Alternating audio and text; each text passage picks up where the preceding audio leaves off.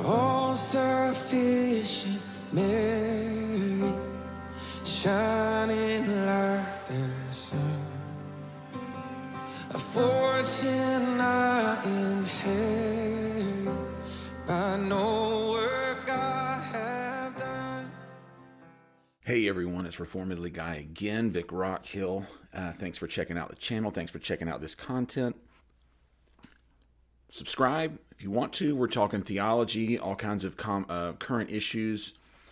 And today we have a lively one, abortion. So this is a hot button topic, and I've wanted to do a video on this for a little while now.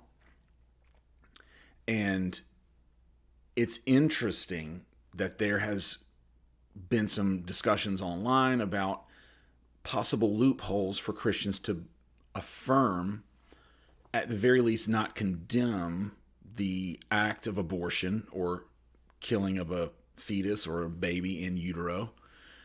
And so is that possible?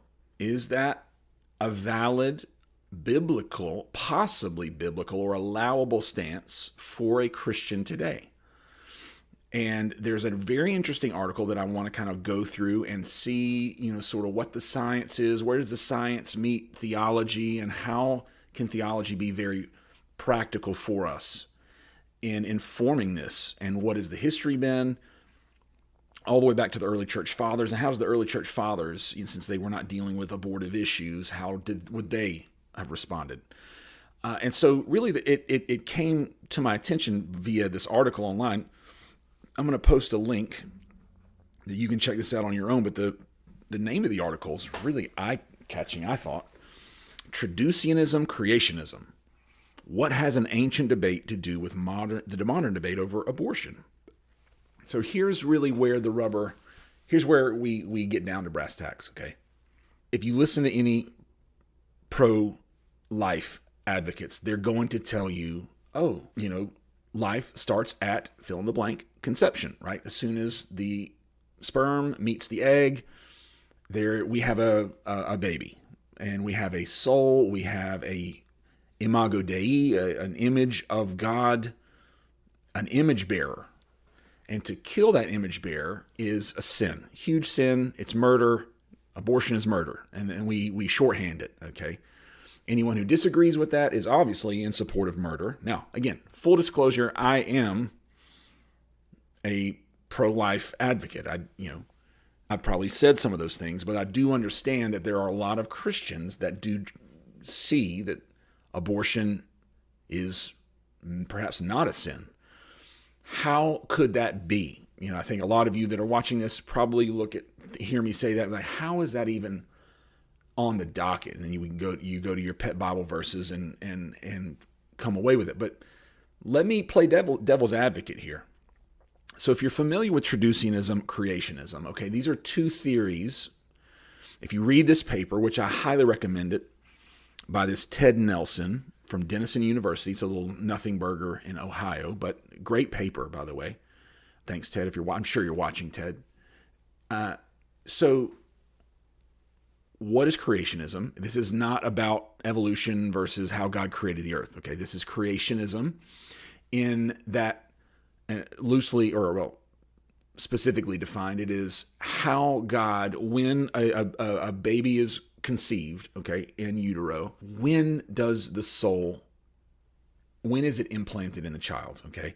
Creationists say that God creates anew a soul for every child born. Now, this was not the first theory on how human souls came into being. Okay, the first one was that there was this, we call it the pre-existence theory. The pre-existence theory, early church fathers, okay, before Tertullian, which is around 160 AD, they were saying that the souls were co-eternal with God. Souls had always existed, and they get this from verses like Psalms, where it says, for I knew you before there was a word on your tongue. Jacob and Esau, that God loved or had affections for one over the other before, they were born, and that he seemed to have a relationship with them before they were physical entities. So this must mean that they existed as a soul, as a spiritual being, perhaps, eternally. Okay, This was pretty quickly or earlier on rejected in the Christian faith, okay? And that gave way to a couple other theories, traducianism, which we'll get to, and creationism. Creationism, man and wife are intimate, they conceive a child, God creates a soul for that particular physical body. The issue is no one, including St. Thomas Aquinas, and also St. Augustine, who are creationists, said, we don't really know when the soul gets implanted. We just know that God does it, and it happens very early on. Well, if you're an abortionist, and you're also trying to reconcile that with Christianity, there's a possible loophole there. If Christians want to say, well, the image of God is really where soul and body are present, then if you abort a child, just to be crass, if you abort a child in utero before God has implanted a soul in that child without a soul, soulless human being, you are not guilty of murder. That is actually does not constitute the imago Dei, and technically it could be permissible on that view. And so you see there's a gray area here. Now, creationists have been pretty quick to come in, including Thomas Aquinas, and be like, well, it happens as soon as conception, but they're not very strong there. They leave a lot of gray area. So there is this position that is possible if you affirmed creationism, if you are a creationist. So Eastern Orthodox, a lot of Eastern Christians have historically been creationists. Now, traducianism. So this is personally what I am, and this is what most Western Roman Catholics and most of you that are watching this are probably traducian. You just don't even know it. What is a traducian? And maybe perhaps how does science back this up, as I'm sort of making connections in my own mind of things that I already believed that support traducianism, even if we didn't have a Bible, although we do, and it does seem to bear it out in Scripture. But traducianism, simply put, is the doctrine that in Adam, God gave all human, the entire human genome, perhaps, you might want to say it scientifically, was in Adam. And so when, how the article that I love uses the analogy, that all men were clay, if you want to use the clay analogy, and then your sons and daughters are pieces of pieces. In other words, a piece of clay is broken off and your son is born, your daughter is born. Now, interestingly enough, if you know anything about the human genome or science, you know that we have since whenever humans came about, and let's, for the sake of not getting into that debate, whenever you believe humans came about, we know that the human genome has actually lost genetic information, that we have fewer genetic sequencing possibilities because we are losing generation after generation. It's as though a little bit of residue is left to our mom and dads, and that we are made from that, whatever that residue is, we are made from that. Traducianism basically asserts that when we are conceived, the sperm meet egg, a new human being is formed, and implicit and necessary to that is the human soul that is coming from the mother and father. This is why we, as I'm not a Catholic, but this is why Catholics early on, it's still very popular, and I hold to it as well, original sin. This is how we get original sin. This is how we are cast in Adam. It's not that we are conceived and as sperm and egg begin sinning. That's impossible. But that something about our DNA, our genetic makeup, is fallen.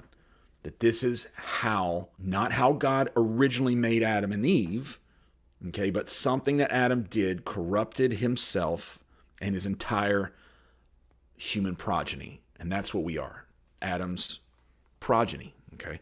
So it fits well with the doctrine of original sin, which I held to anyway. So it fits, if you want to affirm, and there's a lot of Christians that do not affirm original sin, but you'd probably still be a Traducian if you boiled it down because of your stance on abortion. And very quickly you want to say, oh, whoa. As soon as a person is conceived, that person is given a soul. Now, creationists would say that God creates on the spot a new soul for your body. Traducianism says the soul is inherent to that creative act, and that God gave the ability to man to basically reproduce, and that reproduction is a providential governing creation. In other words, as we reproduce, so God reproduces, which is much more along the Calvinistic lines of providence anyway. Well, even Catholics would state it very similarly, although they would take out they would gut it of some of the stronger deterministic doctrines. But this is a very interesting point. And, when it comes down to it, you have options. As a Christian, you can be creationist or Traducian. And so for me, it just kind of comes together that I happen to be a Traducian and against abortion. But I think that, that there are ways that if you're a Christian that you're trying to look for that, you definitely have to affirm, a nebulous creationism that you don't know when the soul is, and appeal to mystery, and which a lot of people do. If you're interested, Tertullian was the one who first came up and sort of not created, but rather really began to write about Traducianism as how the soul is generated. It's a really fascinating discussion. There are people, really great theologians on both sides of this debate. As I said, I'm Augustinian as well. Augustine, for quite a while, was against Traducianism and was a huge proponent of creationism, as was St. Thomas Aquinas, who I've been called a Thomist by some people online as well. You're a Thomist. In other words, a Calvinist in so many ways. So anyway, thought that was an interesting discussion. Would love to get your feedback. Where are you in the debate? We're not going to cast stones at you. We obviously do support pro-life movements on this channel. However, would love to hear folks that maybe there's another loophole that I'm not seeing, that maybe we could have a discussion on that. Anyway, hope you guys have a great day.